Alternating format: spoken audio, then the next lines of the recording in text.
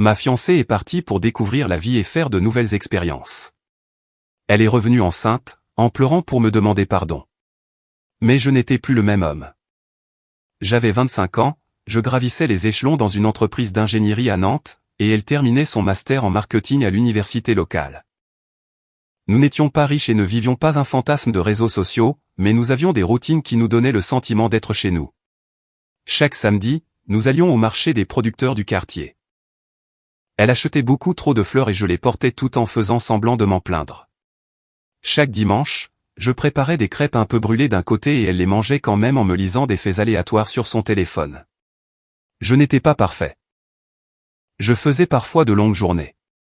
J'oubliais nos anniversaires jusqu'à la veille. Je laissais mes chaussettes sur le sol de la salle de bain plus souvent que je n'aurais dû, mais je ne les jamais rabaissées. Je n'ai jamais contrôlé où elle allait ni qui elle voyait. Je ne lui ai jamais donné de raison de douter de mon engagement total. Quand je l'ai demandé en mariage pour notre 5e anniversaire dans le même café où nous nous étions rencontrés, dans le centre historique de Nantes, j'avais préparé tout un discours pour lui dire qu'elle était mon foyer, ma meilleure amie, mon avenir. Elle a dit oui avant même que j'aie fini, pleurant si fort que le serveur a apporté des serviettes. Et pour un instant, j'ai sincèrement cru avoir compris la vie, comme si j'avais débloqué un niveau secret où tout fonctionne simplement. Nous avons commencé à planifier de petites choses, à parler d'un mariage au printemps, peut-être quelque part en plein air près de la Loire.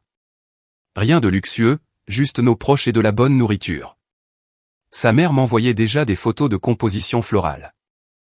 Son père plaisantait sur le fait de m'intégrer enfin dans son championnat de pronostic de la Ligue 1 en tant que membre officiel de la famille. Sa sœur n'arrêtait pas de m'envoyer des messages pour me demander si j'avais besoin d'aide. Tout semblait solide, comme si nous construisions quelque chose de vrai qui durerait toujours. Mais ensuite, environ 2 mois après les fiançailles, de petites choses ont commencé à changer d'une manière que je ne pouvais pas vraiment nommer au début. Clémence a commencé à dire qu'elle avait besoin de plus de temps seule, ce que je comprenais. Tout le monde a besoin d'espace. Alors, j'ai pris du recul et je lui ai laissé ses week-ends pour elle. Elle sortait plus souvent avec des amis, rentrait plus tard, revenait fatiguée et distante, et quand je demandais si tout allait bien, elle souriait et disait juste qu'elle était stressée par le travail. Je voulais la croire parce que faire confiance à quelqu'un, c'est ne pas l'interroger chaque fois qu'il semble bizarre, car je pensais que donner de l'espace était ce que faisait un bon partenaire. Un soir, j'ai suggéré que nous planifions un voyage pour le week-end, juste nous deux, peut-être conduire le long de la côte atlantique et nous déconnecter pendant quelques jours. Elle m'a regardé comme si je lui avais demandé de gravir l'Everest et a dit, « Je ne sais pas si je peux m'engager à ça pour le moment. » J'en ai ri, pensant qu'elle était débordée, mais cette phrase est restée en moi comme une écharde que je ne pouvais pas retirer. Impossible de s'engager pour un week-end, mais nous planifions un mariage.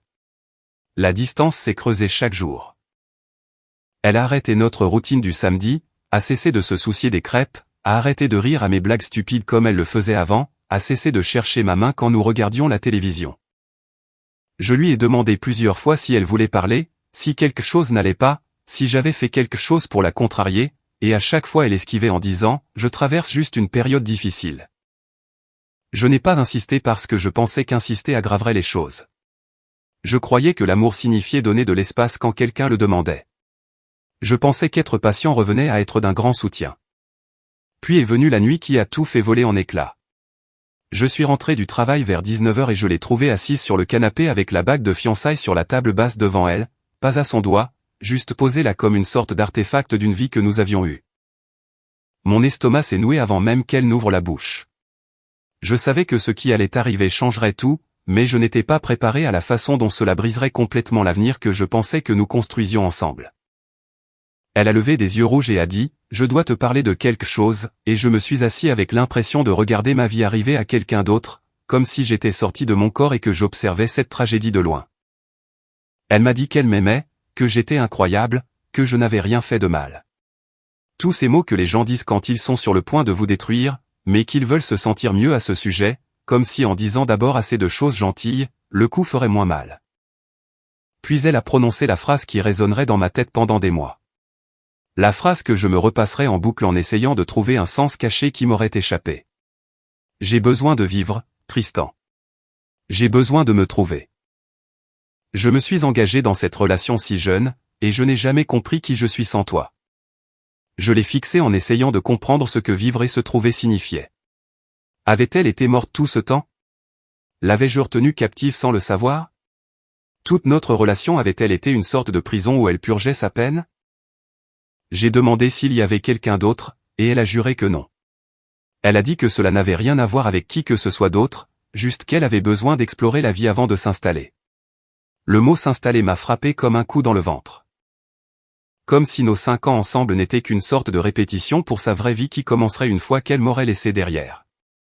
Comme si j'étais la partie d'entraînement avant qu'elle ne trouve ce qu'elle voulait vraiment.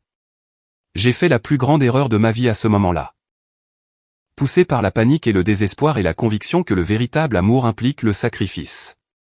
Je lui ai dit que je comprenais que si elle avait besoin de temps, je lui en donnerais. Que j'attendrais parce que c'est ce qu'on fait quand on aime quelqu'un. Que notre connexion était trop rare pour être jetée à cause d'une confusion temporaire. Elle a pleuré, m'a serré dans les bras et a dit, peut-être que dans 1 an ou 2, quand j'aurai tiré les choses au clair, nous pourrons réessayer.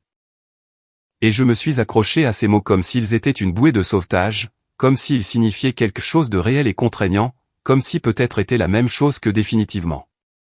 Elle a déménagé ce week-end-là.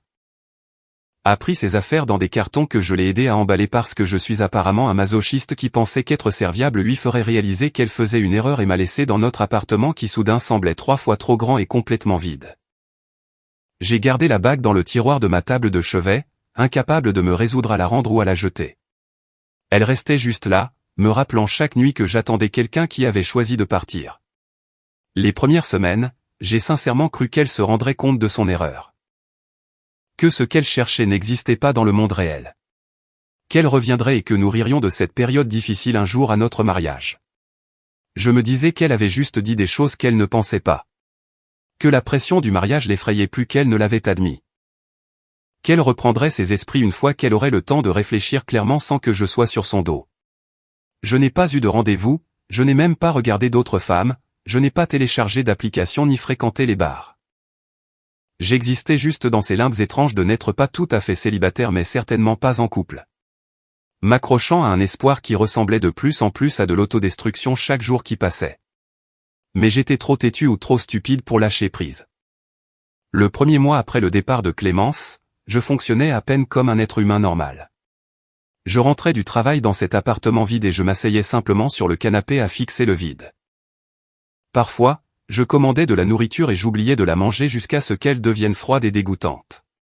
Parfois, je lançais un film et réalisais 2 heures plus tard que je n'avais pas regardé une seule scène ni assimilé une seule ligne de dialogue.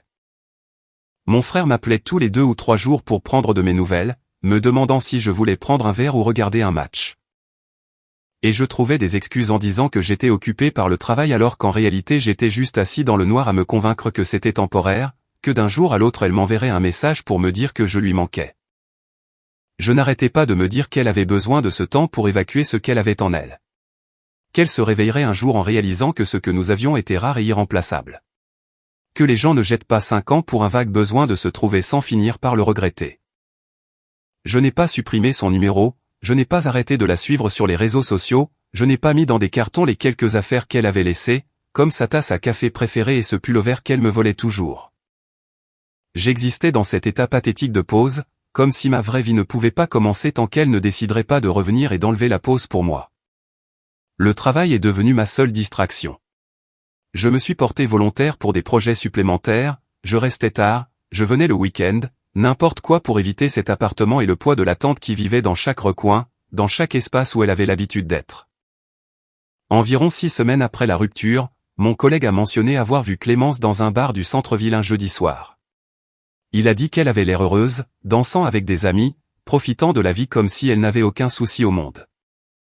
J'ai hoché la tête comme si cela ne me dérangeait pas, mais j'ai passé le reste de la journée à me sentir physiquement malade parce que le jeudi était notre soirée. Nous avions l'habitude de préparer le dîner ensemble le jeudi et de regarder n'importe quelle série que nous suivions. Et maintenant, elle était dans des bars comme si ces 5 ans et nos routines sacrées ne signifiaient absolument rien. Je me disais que c'était sain, que sortir avec des amis faisait partie de se trouver, que je ne devrais pas être jaloux de la voir s'amuser alors que je lui avais littéralement dit de prendre le temps dont elle avait besoin. Mais l'image d'elle en train de danser et de rire pendant que j'étais assis seul à manger des plats à emporter dans l'obscurité me faisait l'effet d'un couteau que je ne pouvais pas retirer de ma poitrine. Puis mon copain d'université m'a envoyé une capture d'écran. Il n'a même rien dit. Il a juste transféré avec un message disant de jeter un œil. C'était une publication éphémère sur Instagram de Clémence lors d'un voyage à la plage en Vendée. Elle en tenue de plage avec ses bras autour d'un homme que je n'avais jamais vu auparavant. Tous les deux ayant l'air beaucoup trop à l'aise pour que ce soit décontracté, comme s'ils se connaissaient depuis plus de 5 minutes. Mes mains tremblaient en tenant mon téléphone, fixant cette photo, réalisant que se trouver signifiait apparemment se trouver en compagnie d'autres personnes de manière très proche. En moins de 2 mois après m'avoir quitté, en moins de 2 mois après m'avoir dit qu'elle m'aimait et avait besoin d'espace pour découvrir qui elle était, j'ai eu envie de lui envoyer un message, de l'appeler. De lui demander ce qu'elle fabriquait et si nos 5 ans ensemble signifiaient si peu qu'elle pouvait me remplacer aussi vite.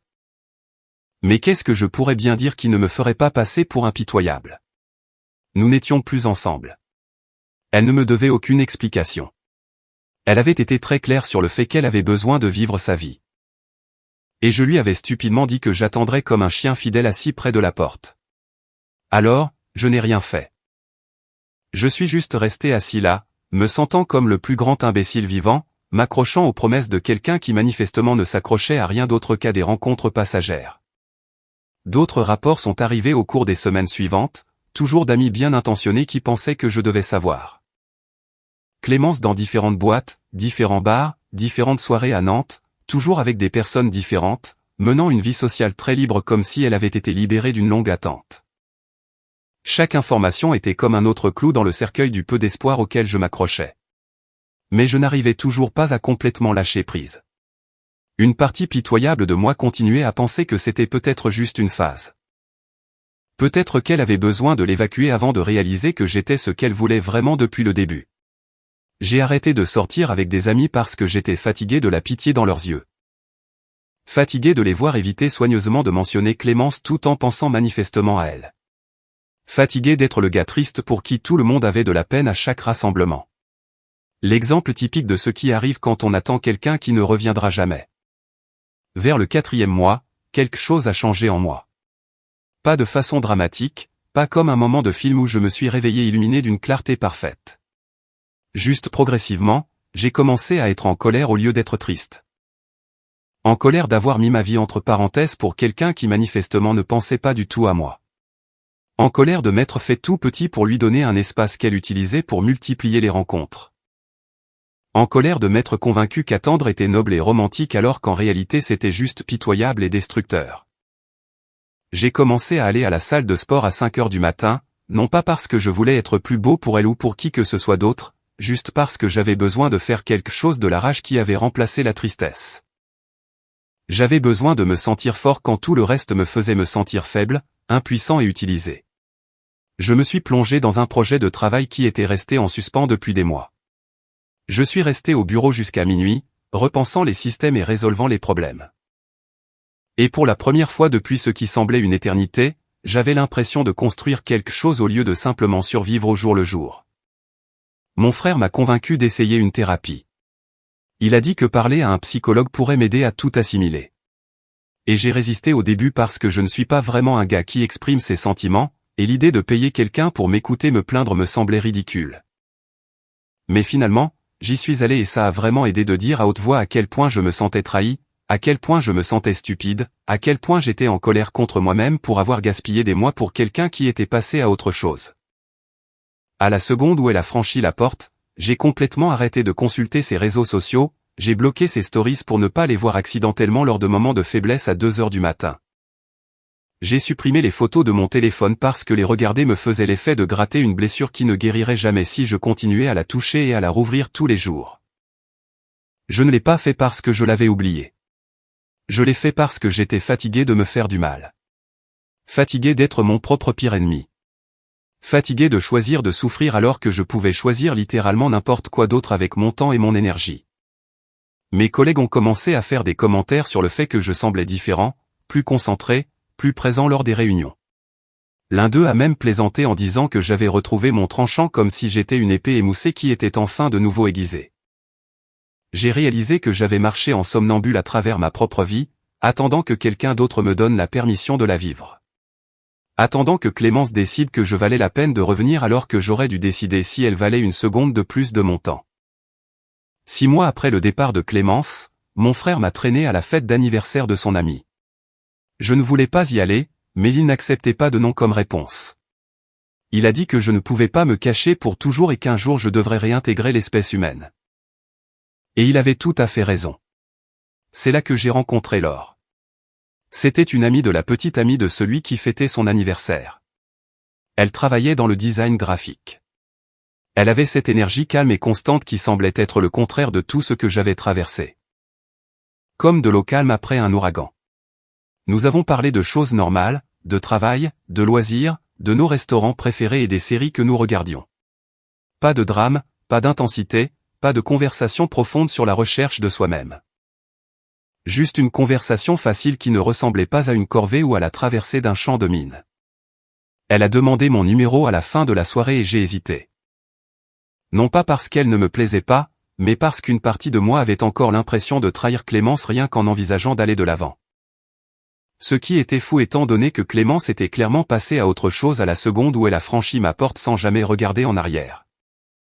Laure m'a envoyé un message quelques jours plus tard pour me demander si je voulais prendre un café. Et j'ai dit oui avant de trop y réfléchir, avant de me convaincre de continuer à attendre quelqu'un qui ne reviendrait jamais de la même manière, avant de me persuader que je devais de la loyauté à Clémence alors qu'elle ne m'en avait montré aucune. Le café s'est transformé en dîner. Le dîner s'est transformé en randonnée le week-end le long de la Loire et lentement j'ai commencé à me sentir à nouveau comme une personne au lieu d'être un fantôme hantant sa propre vie en attendant la permission d'exister. Laure n'a jamais insisté, n'a jamais exigé de connaître toute mon histoire au premier rendez-vous. Ne m'a jamais fait me sentir mal de ne pas avoir complètement oublié mon ex. Elle existait juste à mes côtés, me laissant guérir à mon propre rythme sans jugement ni pression. Je ne suis pas tombé amoureux immédiatement. Je n'ai pas eu de moment magique où tout s'est mis en place. J'ai juste réalisé progressivement que je riais à nouveau, que je faisais des projets à nouveau, que j'attendais des choses avec impatience à nouveau. Tout cela sans que Clémence ne soit dans le décor ou même dans mes pensées. 3 mois après avoir commencé à fréquenter Laure, j'ai finalement apporté la bague de fiançailles chez un bijoutier et je l'ai vendue. J'ai utilisé l'argent pour réserver un séjour à la montagne dans les Pyrénées pour Laure et moi.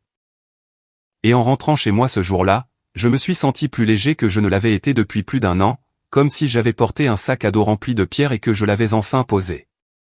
Je n'attendais plus. Je ne retenais plus mon souffle pour que quelqu'un me choisisse.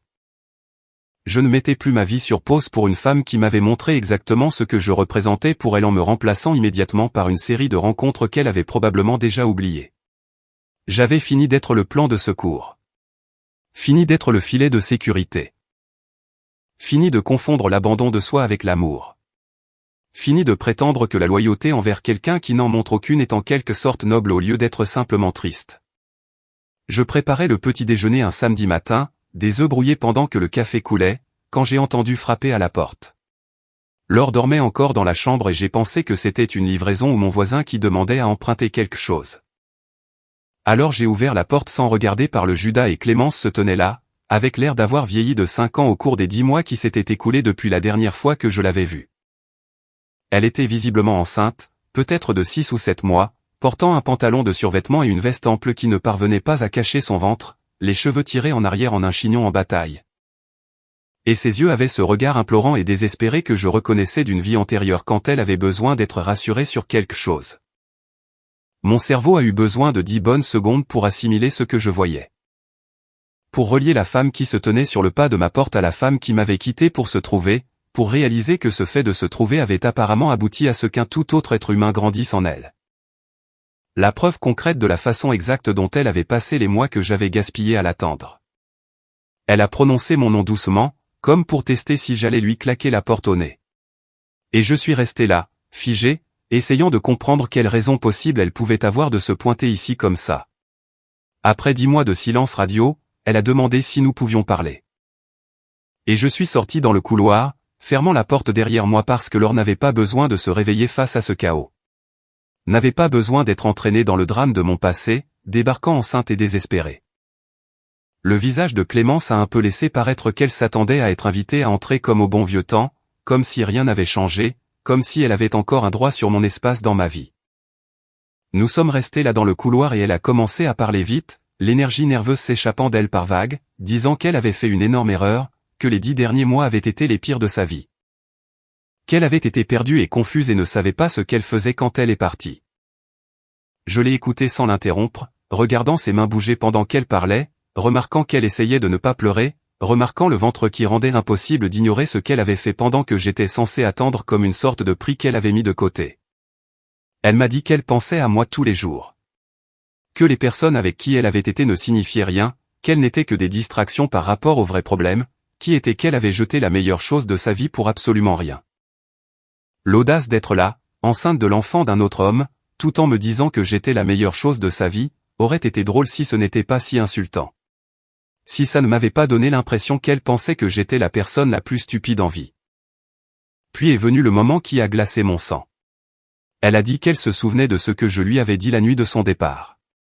Que je l'attendrais, que nous pourrions réessayer quand elle aurait mis les choses au clair. Elle croyait vraiment que j'étais resté assis pendant 10 mois à attendre qu'elle finisse ses explorations pour revenir vers moi comme si de rien n'était. Comme si j'étais un jouet mécanique qu'elle pouvait poser sur une étagère et redescendre quand elle s'ennuyait de ses autres options ou quand ses options cessaient d'être amusantes. Elle a tendu la main vers la mienne et j'ai reculé instinctivement. Le contact me semblait faux d'une manière que je ne saurais décrire.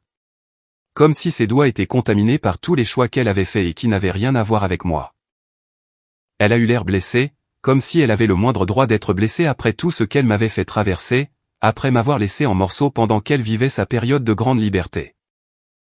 Elle s'est mise à pleurer alors, de vraies larmes coulant sur son visage, me disant qu'elle m'aimait, qu'elle m'avait toujours aimé, qu'elle savait qu'elle avait tout gâché, mais que les gens font des erreurs et que l'amour n'est-il pas fait de pardon et de seconde chance. Je n'ai rien ressenti en la regardant pleurer. Aucune envie de la réconforter, aucun instinct de réparer sa douleur comme je l'aurais fait un an auparavant. Juste cette froide observation analytique que la femme pour qui je serais mort était maintenant une étrangère utilisant notre histoire comme une arme contre ma paix. J'ai fini par parler et ma voix est sortie plate et fatiguée comme si je lisais un scénario que j'avais répété 1000 fois dans ma tête. Je lui ai dit que je n'étais plus la même personne qui avait dit qu'il attendrait. Que l'homme qu'il aimait était mort quelque part entre le 2e et le 3e mois à la regarder vivre sa période de liberté pendant que je pleurais notre relation seule dans cet appartement vide. Elle a essayé de m'interrompre, mais j'ai continué. Je lui ai dit qu'elle n'était pas partie pour se trouver. Qu'elle était partie parce qu'elle voulait vivre sans attache et multiplier les rencontres. Et c'est très bien. Les gens ont le droit de faire des choix, mais elle ne peut pas faire ses choix et ensuite revenir en espérant que je nettoie les dégâts quand ce n'est plus amusant. Son visage s'est décomposé et elle a dit « Mais tu as promis ». Comme si une promesse faite sous de faux prétextes signifiait quelque chose. Comme si j'avais d'une certaine manière violé notre accord en choisissant de reconstruire ma vie au lieu d'attendre qu'elle la détruise à nouveau quand elle s'ennuierait ou serait désespérée. J'ai posé des questions sur le père, sur le bébé, sur ce qu'était vraiment son plan en se pointant à ma porte 10 mois plus tard. Et elle a admis que le père ne voulait rien avoir à faire avec ça, qu'elle avait peur et était seule et qu'elle avait besoin de quelqu'un en qui elle pouvait avoir confiance pour l'aider à traverser ça. La vérité est sortie si nonchalamment, comme si elle ne réalisait même pas à quel point c'était insultant. Elle ne me voulait pas parce qu'elle m'aimait. Elle me voulait parce que j'étais une valeur sûre. Parce que j'étais le plan de secours fiable qui prendrait soin d'elle quand ses choix auraient des conséquences qu'elle ne pourrait pas gérer seule. J'ai entendu la porte de mon appartement s'ouvrir derrière moi et Laure est apparue dans une de mes vieilles chemises. Ses cheveux ébouriffés par le sommeil, l'air inquiète mais calme. Elle a demandé si tout allait bien et j'ai vu le visage de Clémence passer du désespoir à la colère en une demi-seconde. Je l'ai vue dévisager lors de la tête aux pieds comme si elle essayait de comprendre comment cela s'intégrait dans son récit où je me morfondais dans l'attente de son retour. Je les ai présentés calmement, en gardant une voix posée. Clémence, c'est Laure, ma petite amie. Laure, c'est Clémence, mon ex-fiancée. Et Clémence a eu ce rire amer et colérique comme si je l'avais trahi en tournant la page, comme si j'avais violé un contrat tacite en ne restant pas misérable. Elle a dit, tu as tourné la page aussi vite. Et j'ai failli rire de l'hypocrisie de la voir debout, enceinte, me poser des questions sur le fait d'être passé à autre chose rapidement, mais j'étais trop fatigué pour me battre, j'en avais trop fini avec sa mémoire sélective. Laure m'a serré la main et a dit qu'elle nous laisserait de l'intimité, m'a embrassé sur la joue et est rentrée à l'intérieur, gérant la situation avec plus de grâce qu'elle ne le méritait, me montrant en ce seul moment exactement pourquoi j'avais choisi de construire quelque chose avec elle. Clémence la regardait partir puis s'est tournée vers moi avec des larmes coulant sur son visage, me suppliant de reconsidérer ma décision, disant que nous pourrions faire en sorte que ça marche, qu'elle serait une bonne partenaire cette fois-ci, que le bébé avait besoin d'un père. Et que j'avais toujours voulu des enfants donc cela pourrait s'arranger pour nous deux. La manipulation était si transparente que c'en était presque offensant. Essayer d'utiliser mon désir de fonder une famille contre moi. Essayer de me faire culpabiliser pour que j'élève l'enfant d'un autre homme parce qu'elle avait brûlé tous les autres ponts de sa vie avec ses choix. Je l'ai regardée se tenir là. Cette femme autour de laquelle j'avais autrefois planifié tout mon avenir et je n'ai absolument rien ressenti d'autre que du soulagement d'avoir arrêté d'attendre. Le soulagement d'avoir choisi pour moi-même. Le soulagement que l'or soit à l'intérieur de mon appartement au lieu de Clémence.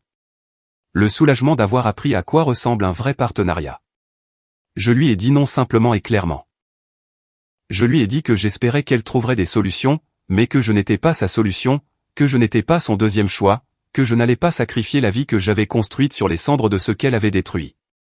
Elle restait là à sangloter, demandant comment je pouvais être si froid, comment je pouvais tourner le dos à quelqu'un que j'aimais. Et j'ai réalisé qu'elle ne comprenait toujours pas. Elle pensait toujours que l'amour signifiait accepter les miettes que quelqu'un décidait de vous jeter quand ses autres options s'épuisaient. Je lui ai dit que je l'aimais, au passé. J'aimais la version d'elle qui existait avant qu'elle ne s'éloigne. Mais cette femme était partie, et je n'étais pas intéressé par ce qui se tenait devant moi, utilisant maintenant la grossesse comme moyen de pression. Je suis retourné dans mon appartement, j'ai fermé la porte doucement et je l'ai verrouillée alors qu'elle pleurait encore dans le couloir. Laure était assise sur le canapé, l'air inquiète, et je me suis assis à côté d'elle, je l'ai serrée contre moi, et j'ai senti le poids de la dernière année se soulever enfin complètement de mes épaules. À travers la porte, je pouvais entendre Clémence s'éloigner, ses pas s'estompant dans le couloir. Et je ne me sentais pas coupable, je ne me sentais pas cruel, je ne ressentais rien d'autre que de la gratitude d'avoir appris la différence entre l'amour et l'autodestruction avant qu'il ne soit trop tard pour me sauver. Laure a demandé si j'allais bien, et j'ai réalisé que c'était vraiment le cas. Peut-être pour la première fois depuis le début de tout ce cauchemar, j'allais sincèrement bien. Je ne faisais pas que survivre, je vivais vraiment. L'amour n'attend pas toujours. Parfois, il passe à autre chose quand le respect a disparu. Parfois, il vous trouve quand vous arrêtez de le chercher chez des personnes qui prouvent qu'elles ne le méritent pas. Et parfois, fermer la porte sur votre passé est le seul moyen de vous ouvrir pleinement à votre avenir, à la vie que vous méritez vraiment au lieu de celle que quelqu'un d'autre a décidé que vous deviez vous contenter. Commentaire, je tenais à partager avec vous quelques réflexions qui me sont venues après cette histoire. Ce qui m'a le plus marqué, c'est l'importance de savoir poser ses limites et de respecter sa propre valeur. Il est parfois difficile d'accepter que donner de l'espace à quelqu'un ne doit jamais se faire au détriment de notre propre paix. La guérison commence vraiment quand on arrête d'attendre que les autres changent et qu'on choisit de prendre soin de soi. J'ai appris qu'être gentil avec les autres est important, mais qu'être gentil avec soi-même l'est tout autant. Vous méritez une relation où vous n'êtes pas le plan de secours, mais le premier choix. Prendre ses responsabilités face à sa propre vie est souvent le premier pas vers une véritable liberté. Choisir la paix intérieure plutôt que de s'accrocher à ce qui nous blesse demande du courage, mais cela en vaut la peine. Je vous encourage à prendre un moment pour réfléchir à ce que vous acceptez dans votre vie aujourd'hui. Et n'oubliez jamais que vous avez le droit de fermer une porte pour mieux en ouvrir une autre. Si vous avez aimé, n'oubliez pas de laisser un commentaire et de soutenir la chaîne en vous abonnant. À bientôt pour les prochaines stories.